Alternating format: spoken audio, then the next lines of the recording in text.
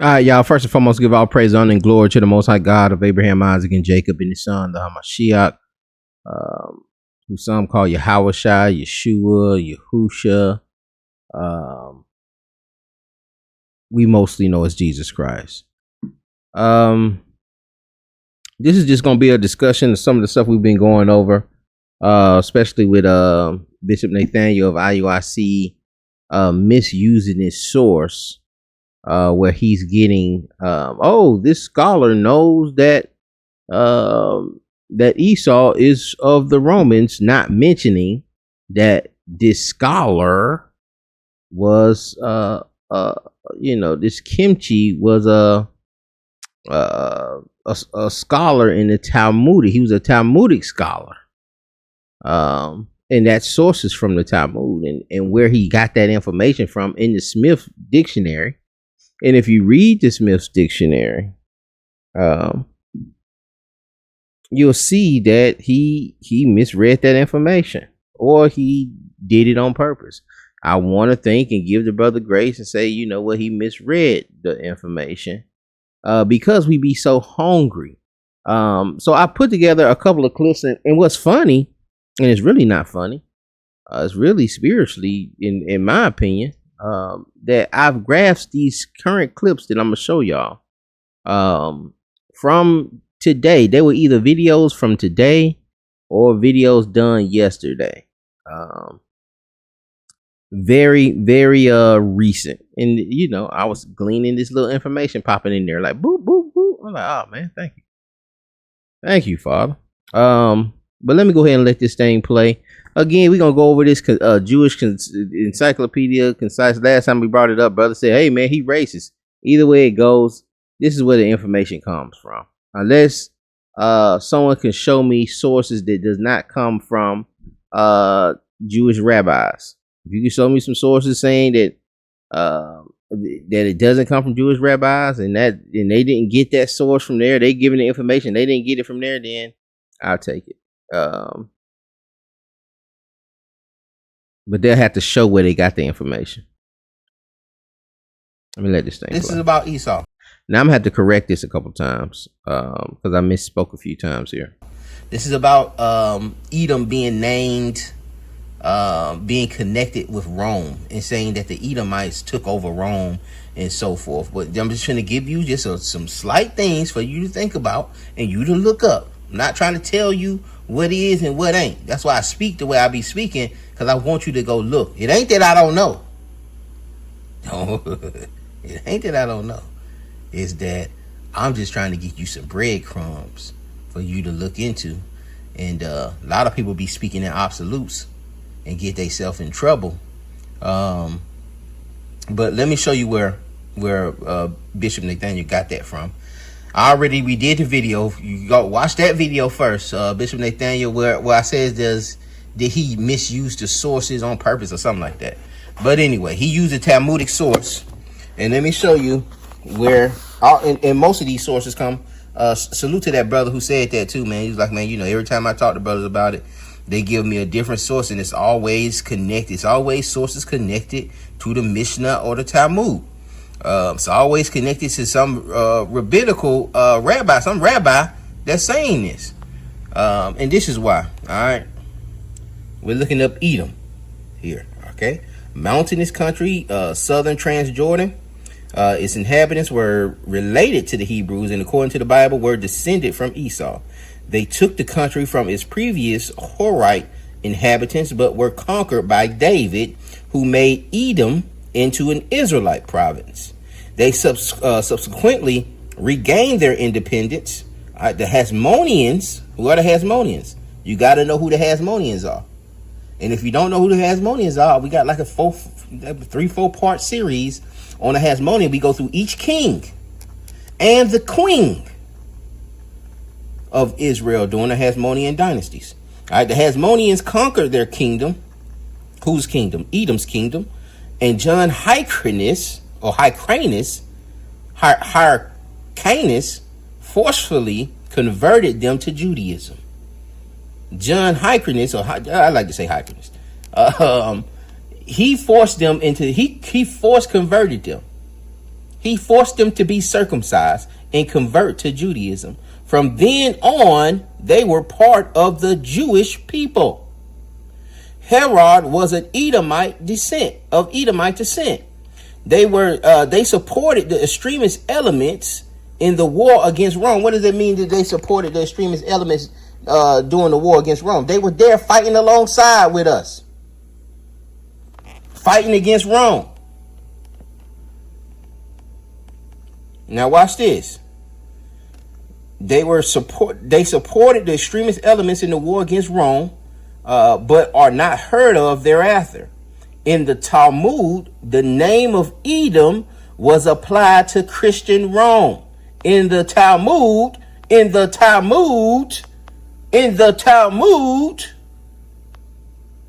the name of Edom was applied to Christian Rome, and then used for Christianity in general.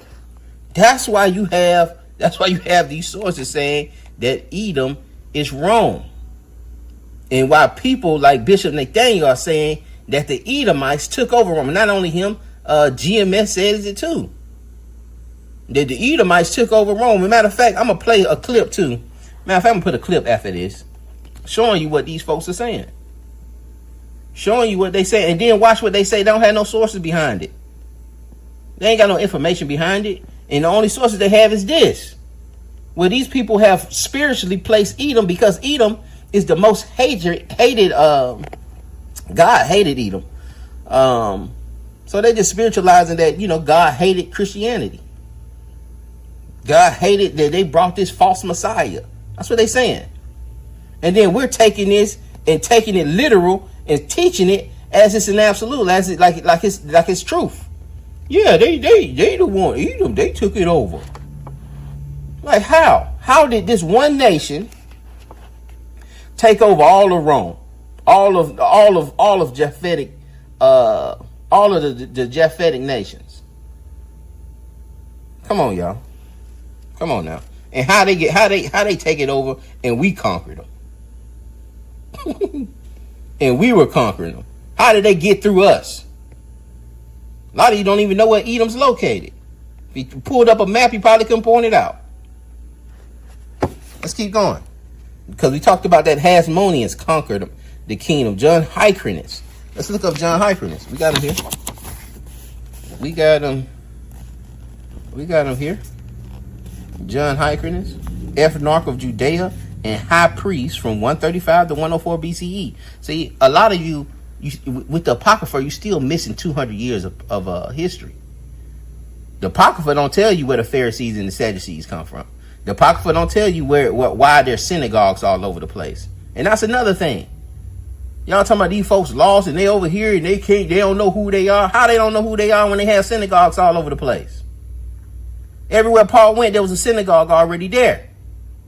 They were already in there teaching themselves. They already had adorned rabbis in these synagogues.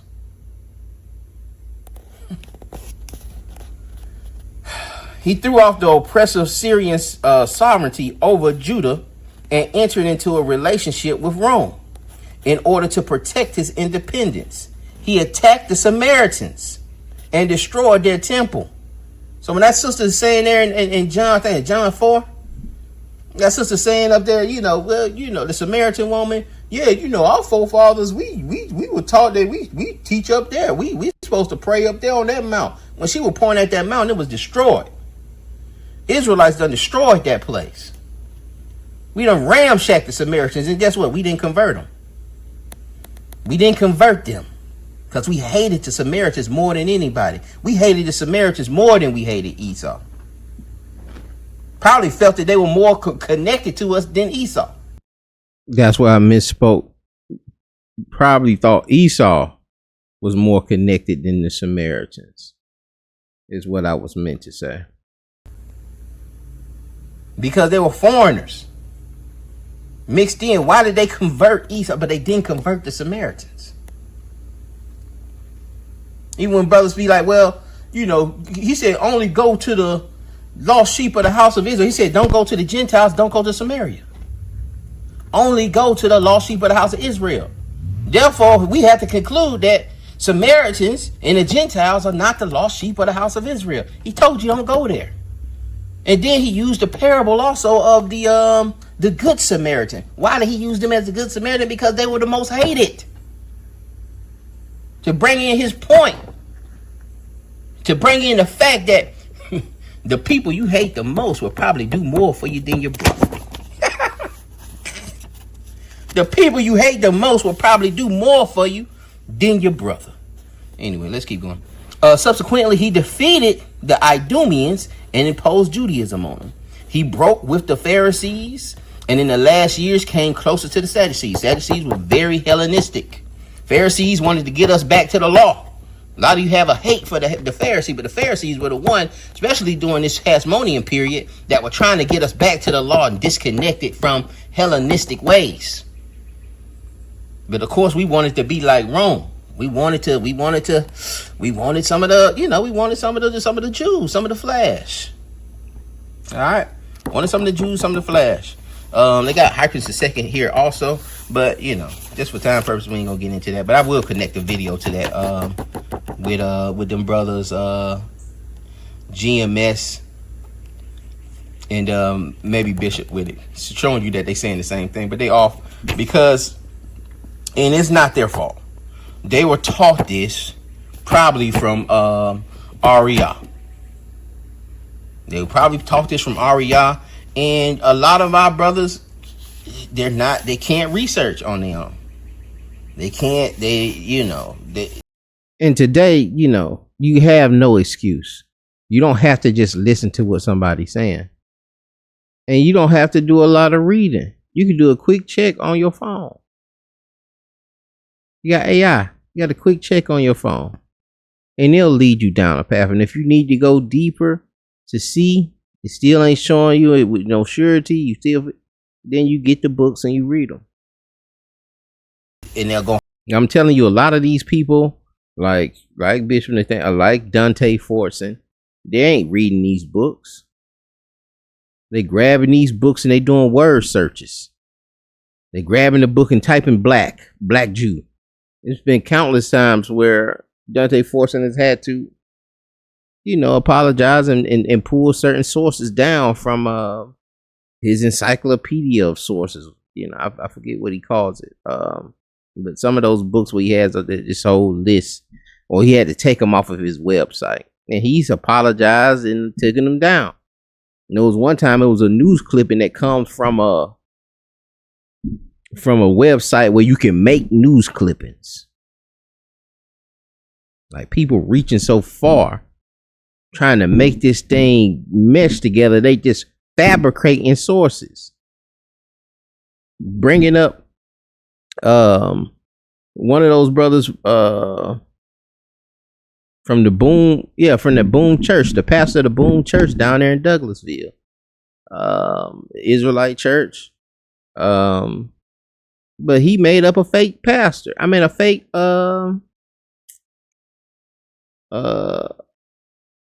fake professor. At a fake professor. He was pretending to be a professor to say that there was some writing that was on these pews down there. I want to say Savannah. And saying that these pews could be the writing on these pews could be Hebrew. And I never seen a video where he repented for that. Just straight up lied. Never repented. Never said, you know what, man, I did that, man. I got a little over ambitious. I apologize. They can't do it. And then what will make you do that? What will make you like you so bought in? And some people can't. So they so bought in on their stature and where they at, and people lifting them up. People saying Bishop is the smartest man on the earth. Look through my comments. He said this man is the smartest man on the earth since Christ. Have a bias, and they're too prideful. They're not humble enough to be like, you know what, man, we might have got that wrong. You know what, we might have got that wrong. We might have connected this, but you're gonna have to make all of this make sense. Even Ron Dalton, he's saying, you know, you gotta make it make sense. Even Moab, because Ron Dalton not saying the Asians are Japhetic people, which, you know, some sources do say that. Some sources will speculate that. It's possible. But even Moab got conquered by his son, Alexander Jannaeus.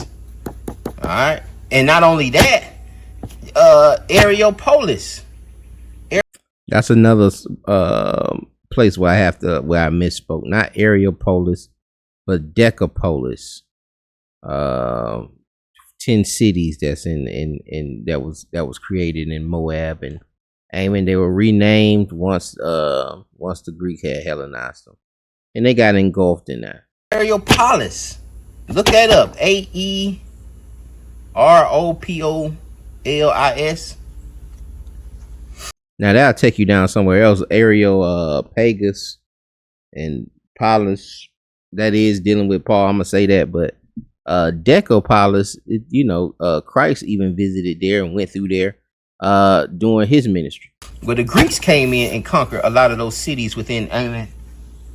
And the Areopolis or Polis Decapolis is 10 cities. And I want to say Paul visited those cities. Some of the disciples visited those cities, but we'll get into that another time. But that's 10 cities that the Greeks took over. They took over in Moab and Ammon, and they pretty much totally Hellenized them, where you know, the Jews had their independence. We had see here, he threw off the oppressive Syrian sovereignty over Judah, and he entered into a relationship with Rome. So we had a relationship. We were just paying them taxes, but we could still do our own thing. We still had our own king.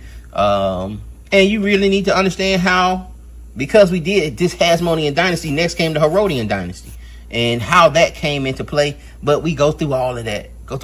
Man. Like I said, it's a 4-part series, man, about 8 hours worth of information. And you got to be hungry. A lot of y'all, what TDJ said, you fast food. You got to be hungry to sit down and eat something like that. So let me go ahead and drop this video. Pray this thing was edifying. Y'all be blessed.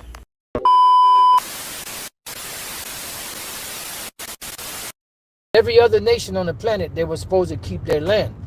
The only other nation that will not keep their land are the Edomites, because when the destruction comes, the kingdom of heaven is established, and after the 1,000 years of hardcore slavery for the nations, Esau is going to be totally done away with, but the nations will go back to their respective lands that were given to them. So read that, bro. That's that GMS eschatology. Never really heard that from them. Interesting. I don't agree, but it is interesting that they're acknowledging the 1,000-year, the millennial reign. It was kind of surprising that I seen IUIC do teach that also, because I was led to believe they thought that the millennial reign had already happened during the dark ages or something like that. Somebody was trying to explain to me how it was broken down, but seems that's not true. But I did go to the millennial reign forum. The only video I pulled up was from a year ago. In Proverbs 23:10, remove not the old landmark, and enter not into the fields of the fatherless. Right, so it says remove not the old landmarks. Why? Because those landmarks were inheritances for these nations. Remember that. But pretty much, you know, when Esau, the so-called white man, started coming up during the time of the Greeks, they took over all of these different so-called European lands. When did that happen? When did Esau come up with the Greeks and start taking over the Greeks' land? He just read a source where they were fighting with us, Josephus, and that comes from Josephus. He's saying that, you know, that a lot of them died fighting with us. All right, just like they did to Egypt, and just like they did to many civilizations. And when did Edom conquer Egypt? I know, you know, I forget that dude name. Hadad, the Edomite, hid in Egypt. And that's another kill shot too, because Joker be like, well, How could he hide in Egypt? Well, how could a white Jesus hide in Egypt? And then you saying, well, the Edomites are white. But you see the Edomite Hadad being hid in Egypt by the Lord. That's why today to be a great adversary. You have so-called white people that call themselves French or British or Spanish, Portuguese, so on and so forth. Because and he just talking now, and that's why you have Spanish and people call Spanish and French. You need sources. These days are over with, man. Y'all ain't finna just be talking to us no more, man. You gonna have to bring sources. You gonna have to show some scholarship. Where are you getting this information from? Abba Bivens, I got his book. I ain't got it close to me right now, but he was saying that the white man came from Edom. Edom was black at first, but then he mixed with Gehazi's descendants, who Gehazi was a servant of Elisha, and he had a situation with this with this leper, the Syrian leper that came and got healed by Elisha, and Elisha didn't want any reward or any gifts or anything, but the servant, once the dude left, the servant took it upon himself to chase him down and try to take a little something. Like, nah, man, he said never mind. Elisha said never mind. He's gonna he'll take some gifts, and we need a couple of garments and da for the sons of the prophets, etc. And Elisha knew that he did that, and he cursed him with leprosy. He cursed him and his descendants with leprosy. Abba Bivens says, and don't make me pull it out. I got the book now. I'll pull it out. You want me to pull it out, and give you the page number and everything. But and we talked about this. He stated that Esau started sleeping with Gehazi, and that's how he became white. Because they came and conquered that land, those lands. All right, just like I gave an example of Egypt. The original Egyptians, the so-called black, and the Ptolemaic dynasty, the line of the Ptolemies, the males, they took on the position of the pharaoh. And this is why from around 300 some odd AD down, you have white-looking pharaohs in Egypt because the so-called white man got up in there. And that's another great point, and that goes back to the point of what we saying. How could a white Jesus be hid in Egypt? And trust me, y'all, I'm not saying that Christ was white. I believe he was a melanated man, a black man, but I'm not saying that he hid there, and he didn't stand out, or he couldn't have stood out because everybody looked like him in Egypt. I'm not finna say that Egypt was black like that. I'm not gonna say that especially during the time of Christ. And he's bringing out something that's kind of true there. That the further back you go, when they were enslaving the Nubians, they were dark, but as time went on, and the closer we got to the time of Christ, during the time of Christ, Greek all up in there, man. Greek is all up in there. You had Mark Antony, Cleopatra. You had all kinds of stuff going on, man, and they were kind of mixed. I wouldn't say they were. And if you look at some of them pharaohs, some of them mummies, he's right. They're gonna look white. Someone gonna have blonde hair. Even King Tut, they got that long curved nose. They don't look like them statues. And that's a whole nother discussion.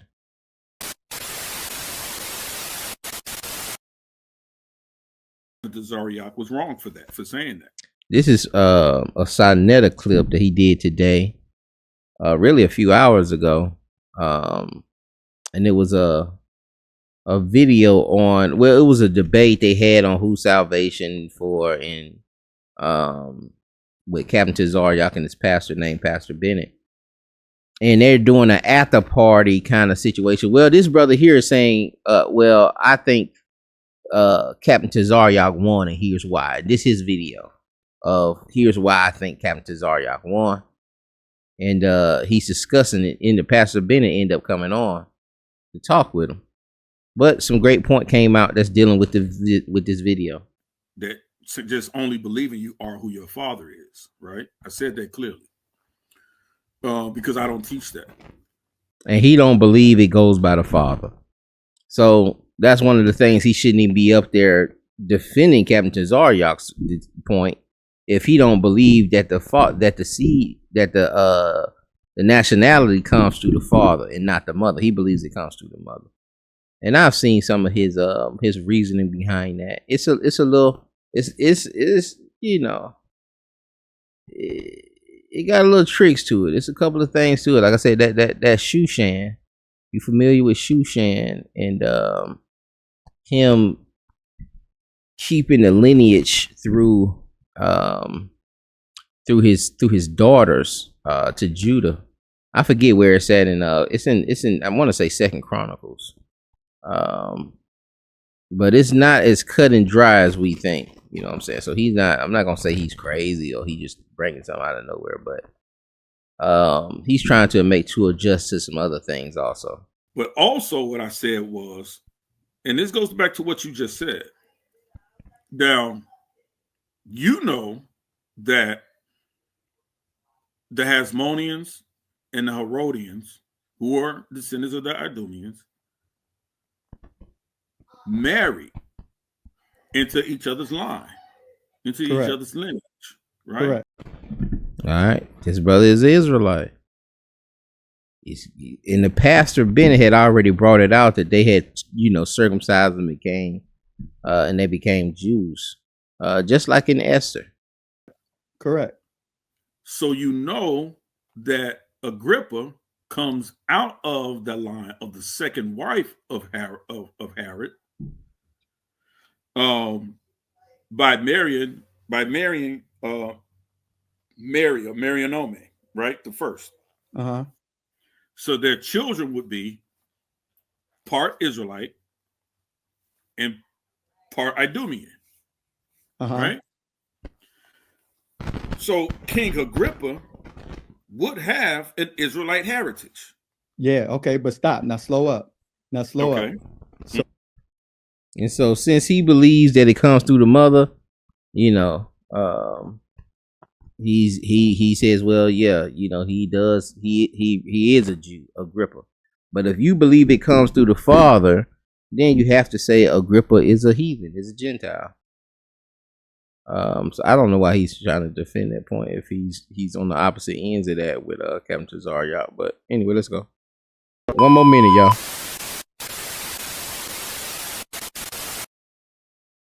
Now I won't say everything. Let me. This is a GMS video, and Abu, shouts out to Abu. He did a video today about this brother here, Cain Cadmus. He's a white man who was a leader in GMS, and he had a video saying, I'm a white man cult leader. I'm white and a cult leader in the Black Hebrew Israelites, or something like that. Some to that extent. You have to go to Abu's channel. I should have put it in the descriptions. I may still do that. I find a link and put it in the descriptions if y'all want to watch that. But this is this brother of GMS, South Carolina. He had to watch Abu's channel also, and he did a video on it same day. Rephrase that.